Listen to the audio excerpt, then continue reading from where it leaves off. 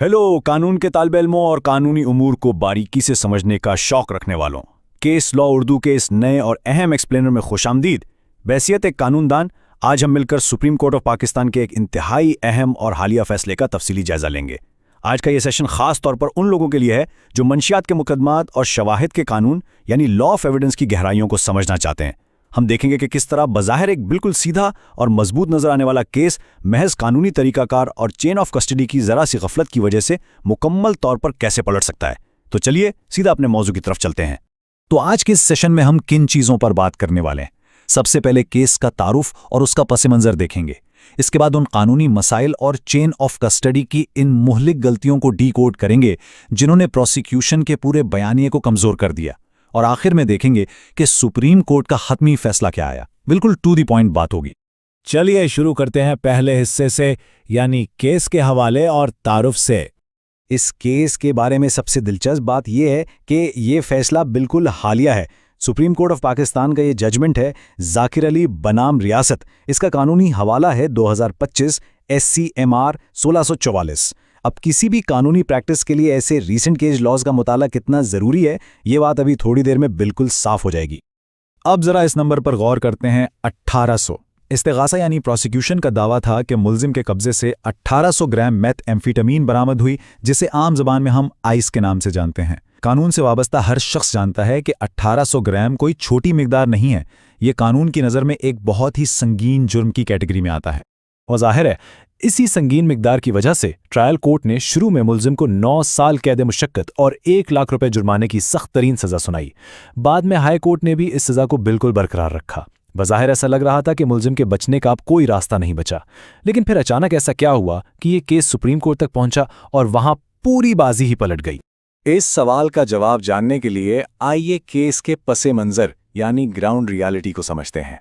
ये कहानी शुरू होती है 5 दिसंबर 2021 को।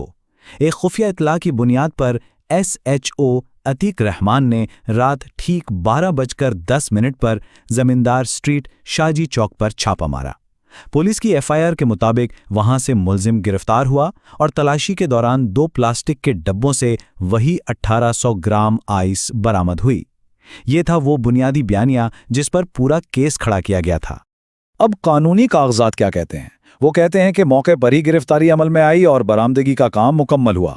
फिर तफ्तीशी अमल के मुताबिक कीमियाई तज्जिए के लिए दोनों डब्बों से 10-10 ग्राम के नमूने अलग किए गए, उन्हें बाकायदा सील किया गया और थाने भेजने के लिए एक सरकारी मुरासला तैयार कर लिया गया। कागजों की हद तक देखा जाए तो ऐसा लगता है कि सब कुछ एकदम परफेक्ट स्टैंडर्ड ऑपरेटिंग प्रोसीजर के ऐन मुताबिक हुआ है ना? खैर, अब जरा कानूनी जाविये की तरफ आते हैं और देखते हैं कि इस केस में बुनियादी कानूनी मसाइल और कवानीन क्या शामिल थे। इस पूरे चार्ज की बुनियाद control of narcotic substances act यानी CNSA 1997 का सेक्शन 9C था। ये सेक्शन तब लागू होता है जब किसी के कब्जे से मंशियात की बहुत भारी मिकदार गैर कानूनी तौर पर बरामद हो। ये इतना संगीन जुर्म है कि इसकी सजाएं उम्र कैद या मौत तक जा सकती हैं। अब सोचिए, जब सजा इतनी कड़ी हो तो यकीनन कानूनी तकाज़ों और सबूतों का मायार भी उतना ही सख्त होना चाहिए। और यहीं पर एंट्री होती है चेन ऑफ कस्टडी की। ये टर्म हम वकालत में अक्सर सुनते हैं, लेकिन इसका असल मकसद क्या है? देखिए, ये कोई महज दफ्तरी कार्रवाई नहीं है। ये इस बात की 100% जमानत है कि जो चीज़ जाए वक़ुआ से मिली वो पूरी हिफाजत के साथ बगैर किसी छेड़छाड़ के फोरेंसिक लैब तक पहुंची। इसका बाकायदा एक पेपर ट्रेल होना ज़रूरी है ताकि किसी भी बेगुनाह को झूठे केसेस में फंसने से बचाया जा सके। अगर इस जंजीर की एक कड़ी भी टूट गई तो समझिए पूरा केस मशकूक हो गया। तो फिर इस केस में गड़बड़ कहाँ हुई? आइए चेन ऑफ कस्टडी की उन गलतियों का जायजा लेते हैं जिन्होंने इस केस का रुख ही बदल दिया। जरा इस वाक़े की टाइमलाइन को गौर से देखें। रात 12:10 पर बरामदगी तो हो गई, लेकिन इसके बाद क्या हुआ? मौके से थाने तक ये सामान कौन लाया? कहा गया कि कांस्टेबल हसन अली लेकर आया, लेकिन हैरत की बात यह है कि उसका अदालत में बयान ही नहीं कराया गया। फिर थाने के मालखाना में जब मुहर्रर को यह सामान दिया गया तो उसका इंदराज ठीक से नहीं हुआ, और आखिर में मालखाना से फोरेंसिक साइंस लेबोरेटरी तक इन नमूनों को कौन लेकर गया? इसकी कोई वाज़ेह दस्तावेज मौजूद ही नहीं थी, यानी कड़ियां जुड़ने के बजाय मुसलसल टूट गई थीं। अगर हम इस्तिगासा की इन गलतियों को यकजा करें तो सूरत हाल कुछ यूं बनती है। ایک تو ضروری گواہ حسن علی سرے سے غائب، دوسرا محرر مالخانے کا سب سے اہم سرکاری ریکارڈ یعنی رجسٹر نمبر 19 عدالت میں پیش ہی نہیں کر سکا، تیسرا تفتیشی افسر نے جب نمونے محرر کو دیے تو اس سے کوئی رسید ہی نہیں لی، لیب تک نمونے کس نے پہنچائے آئیو کو اس بندے کا نام تک نہیں معلوم تھا، اور سب سے بڑی بات ان تمام اہم افراد کے ضابطہ فوجداری کے سیکشن 161 کے تحت بیانات ہی ریکارڈ نہیں کیے گئے۔ یہ وہ مولک غلطیاں تھیں جنہوں نے شواہد کی شفافیت کی دھجیاں اڑا دی۔ انہی سب خامیوں کو سپریم کورٹ نے بہت باریکی سے پوائنٹ آؤٹ کیا۔ عدالت عظمیٰ نے نوٹ کیا کہ چھاپہ مار افسر، محرر اور تفتیشی افسر کے بیانات آپس میں بری طرح ٹکرا رہے تھے۔ کسی نے بھی ذمہ داری قبول نہیں کی اور دستاویزی ثبوتوں کی جگہ صرف زبانی دعوے کیے گئے۔ عدالتیں صرف زبانی باتوں پر تو سزائے موت نہیں دیتی ہے نا؟ سپریم کورٹ کے فیصلے کا یہ حصہ بالکل سنہری حروف میں لکھنے کے لائق ہے۔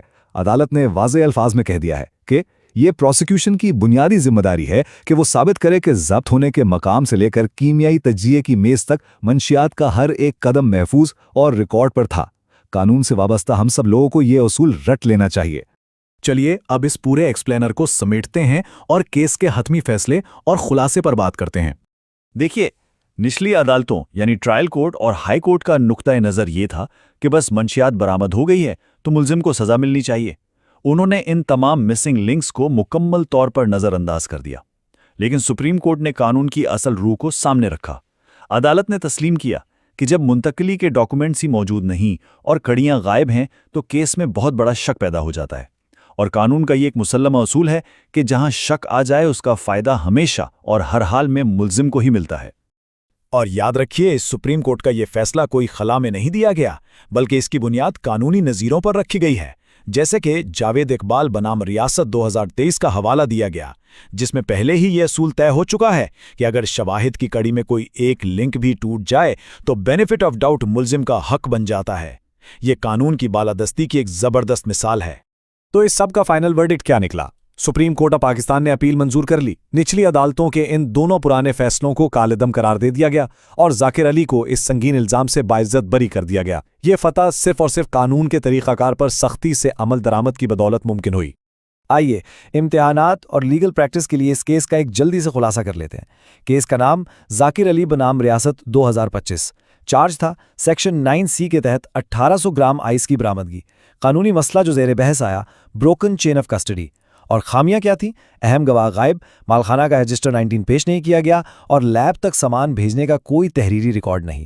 نتیجہ سزا کالعدم اور ملزم بری۔ بالکل کلیئر ہے نا؟ اب اس سیشن کے اختتام پر میں ایک اہم سوال چھوڑنا چاہتا ہوں۔ کیا ہمارے کرمنل جسٹس سسٹم میں کسی بھی بے گناہ کو غلط سزا سے بچانے کے لیے یہ سخت طریقہ کار اور شواہد کے اصول ہی ہماری آخری اور حتمی ڈھال ہیں؟ اس پر غور کرنا بہت ضروری ہے۔ مجھے امید ہے کہ آج کے اس ایکسپلینر سے قانونی تصورات کی گہرائی کو سمجھنے میں بہت مدد ملی ہوگی۔ مزید ایسے ہی معلوماتی اور گہرے کیس لا تجزیوں کے لیے کیس لا اردو کو فالو اور سبسکرائب کرنا نہ بھولیں۔ قانون کو پڑھتے رہیے اور سمجھتے رہیے۔ خدا حافظ۔